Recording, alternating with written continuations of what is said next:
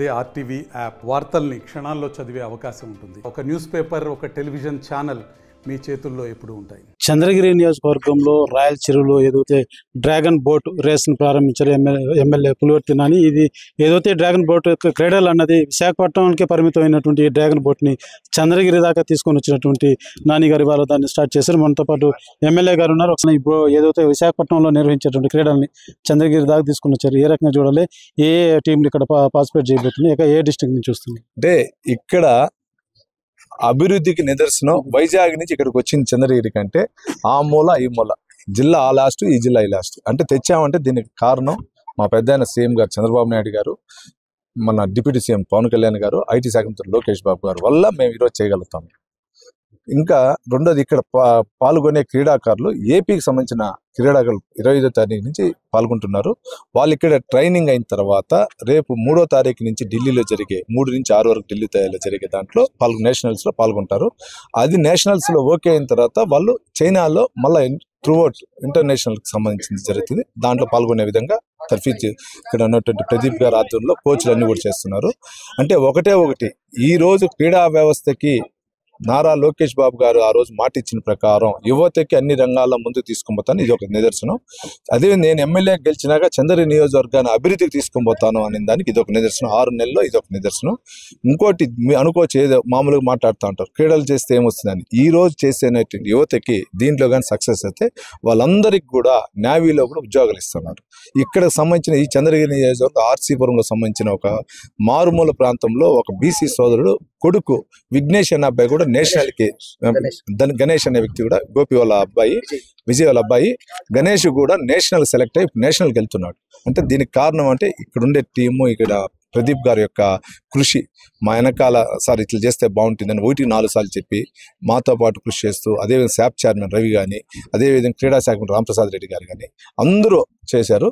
దీనికి వీళ్ళ క్రీడలకి ఏ విధంగా అభివృద్ధి చేయాలని కూడా చంద్రబాబు నాయుడు ఆలోచించి వాళ్ళకు కూడా 5 lakhs ఇచ్చి శాప్ తరపు నుంచి కూడా ప్రోత్సహిస్తున్నారు. రాబోయే కాలంలో ఇక్కడ ఇంకా అభివృద్ధిగా చేసే విధంగా మన ప్రదీప్ గారు చెప్పారు కొన్ని వాటిని కూడా అన్ని అయిన తర్వాత మళ్ళా ఒకరోజు పత్రికా విలేకరుల సమావేశం పెట్టి దానిపైన విశదీకరిస్తాం. చంద్రగిరి నియోజకవర్గంలో అనేకమైనటువంటి టూరిజం ప్రాంతాలు కూడా ఉన్నాయి. మీరు ఏ రకంగా ప్రణాళిక చేసుకుని అభివృద్ధి చేసే విధంగా టూరిజం ప్లాన్ పెట్టబోతున్నారు? చంద్రగిరి నియోజకవర్గంలో మీకు చూస్తుంటారు TTT ఎలక్షన్ ముందు తిరుమల తిరుపతి దేవస్థానం, తిరుచానూరు, తలకోన.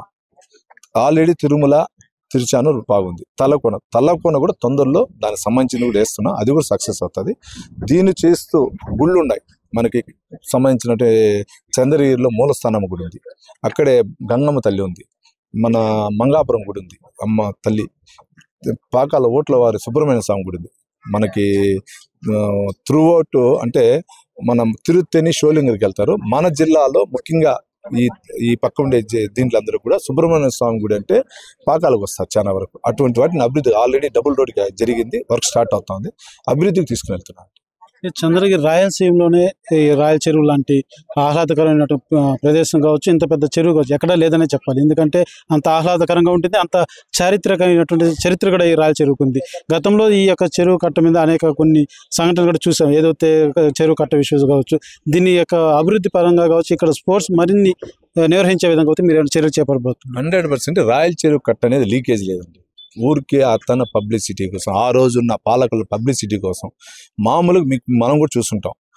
ఎక్కువ వర్షం వచ్చిందంటే ఎక్కడి నుంచో చిన్న లీకేజ్ వస్తుంది, అది లీకేజ్. ఆ రోజు కట్టిన చెరువు, రాయల్ వారు కట్టిన చెరువు, ఇది లీకేజ్ లేదు.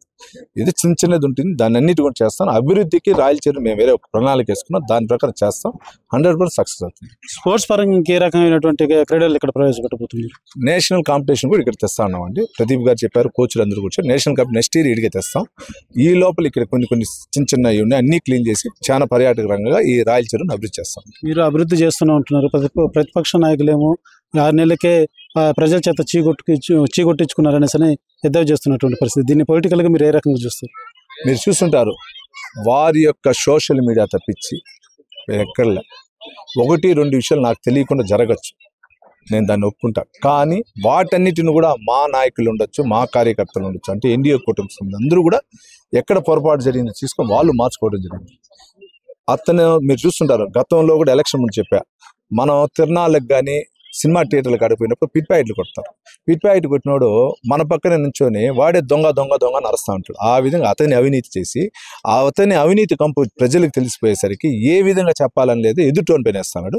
చూశారు కదా, ఇప్పుడు స్టార్ట్ అయింది విజిలెన్స్ తర్వాత సిఐడీలు వస్తాయి, సిఐడి తర్వాత సిబిఐలు వస్తాయి, అన్నీ వస్తాయి, ఈడీలు వస్తాయి, అన్నీ వస్తాయి.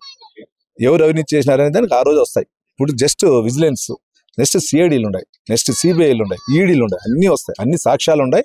మీరు చూస్తూ ఉంటారు చంద్రగిరి నియోజకవర్గ ప్రజలు, మీరే చూడండి.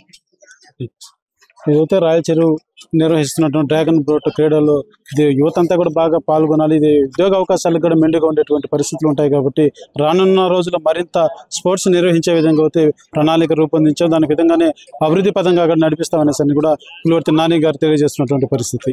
Over to studio. మరిన్ని వీడియోస్ కోసం ఛానల్ ని సబ్స్క్రైబ్ చేయండి. లేటెస్ట్ అప్డేట్స్ కోసం వాట్సాప్ ఛానల్ ని ఫాలో అవ్వండి. అండ్ లింక్ డిస్క్రిప్షన్ లో ఉంది.